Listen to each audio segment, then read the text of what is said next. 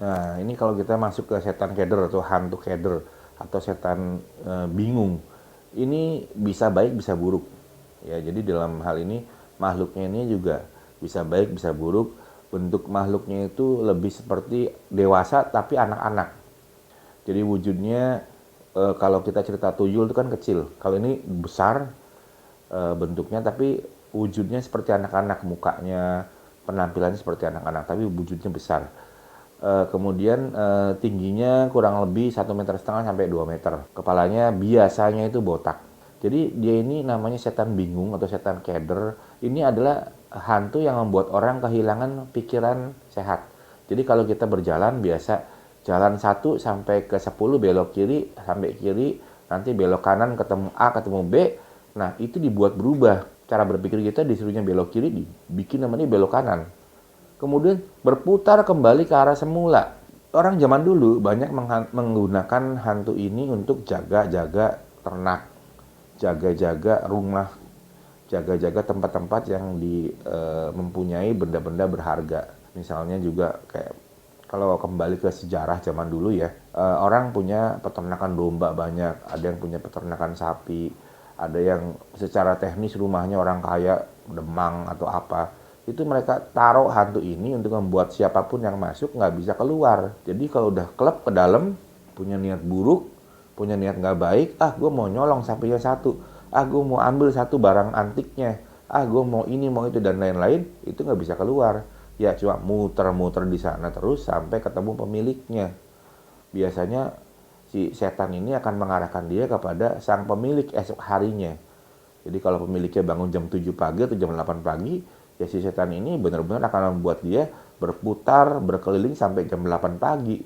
Ketemu pemiliknya, sehingga pemiliknya tidak sulit untuk mencari pelaku tindak kejahatan di tempatnya.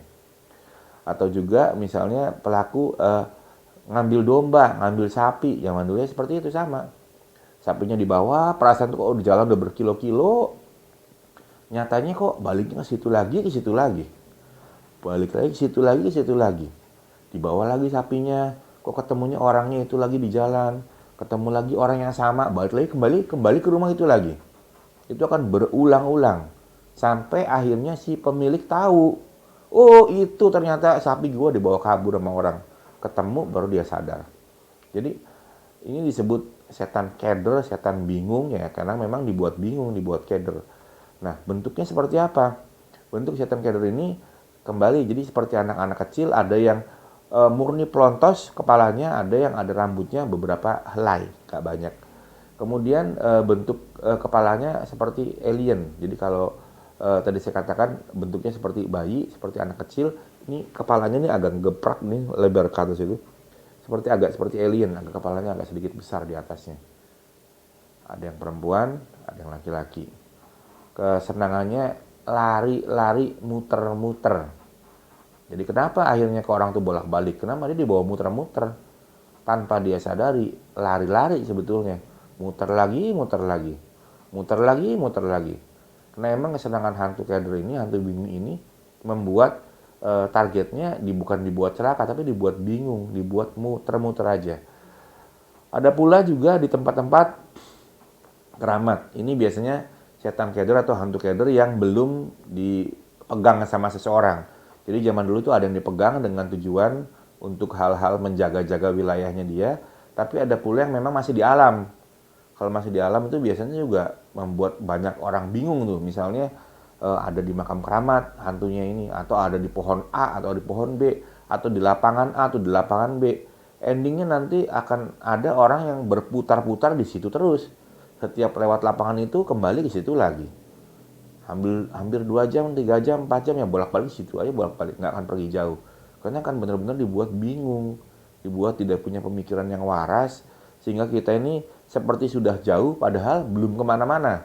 Kita ini dibuat sepertinya sudah sangat melangkah, seperti sudah capek, tapi sebetulnya kita belum berjalan jauh, masih di situ-situ aja. Seperti itu.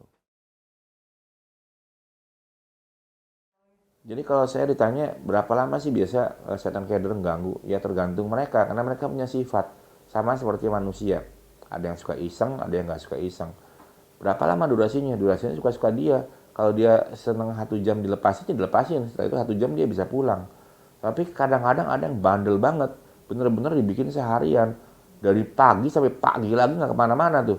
Apalagi sampai kadang-kadang ada juga orang sampai bener-bener stres tuh. Mematung, keringetan, kayak orang bingung duduk. Nanti kalau belum ketemu orang ya belum sadar. Kalau udah ketemu orang, Mas, baru dia astagfirullah, baru dia inget. Oh iya, kenapa gue di sini terus? Kenapa gue gini, gue gitu? Baru dia bisa pulang, bisa pergi. Jadi biasanya kalau udah yang bandel dibikin benar-benar kebingungan setengah mati. Dan itu biasanya bila terjadi seperti itu kalau di tengah hutan, eh, kalau nggak ketemu orang ya nggak bisa beres. Ya pasti akan muter-muter terus sampai capek.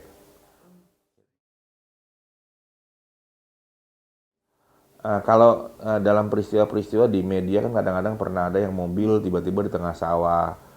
Itu sebetulnya bukan sedan keder, itu lebih pada mobil tersebut mengejar sebuah wilayah, sebuah tempat yang dalam mata supirnya, dalam mata penghuni mobil tersebut, isi mobil tersebut, tempat yang didatangi adalah tempat tersendiri, tempat mewah, tempat istana mungkin, mungkin juga pasar, mungkin juga toko beli ini itu dan lain-lain. Ternyata di tengah-tengah sawah itu matanya disarukan.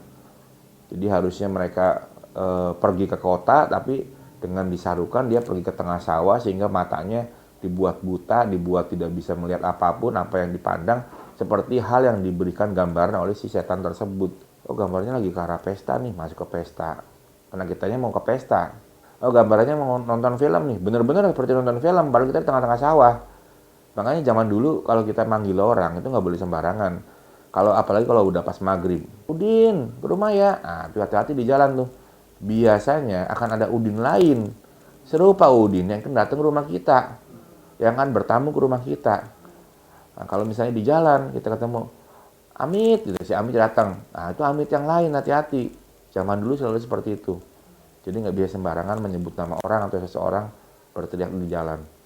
Nah, kalau kita mau berangkat nonton, mau apa juga sama. Itu zaman dulu.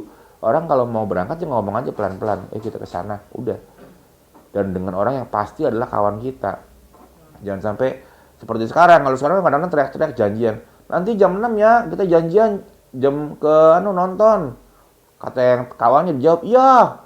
Jam 7 ya, teriak-teriakan begitu. Nanti jam 7 datang yang lain. Temennya belum datang, dia sudah dijemput sama yang lain jam 7, dibawa seolah-olah dibawa nonton, padahal dibawa ke tengah sawah, padahal dibawa ke tengah hutan.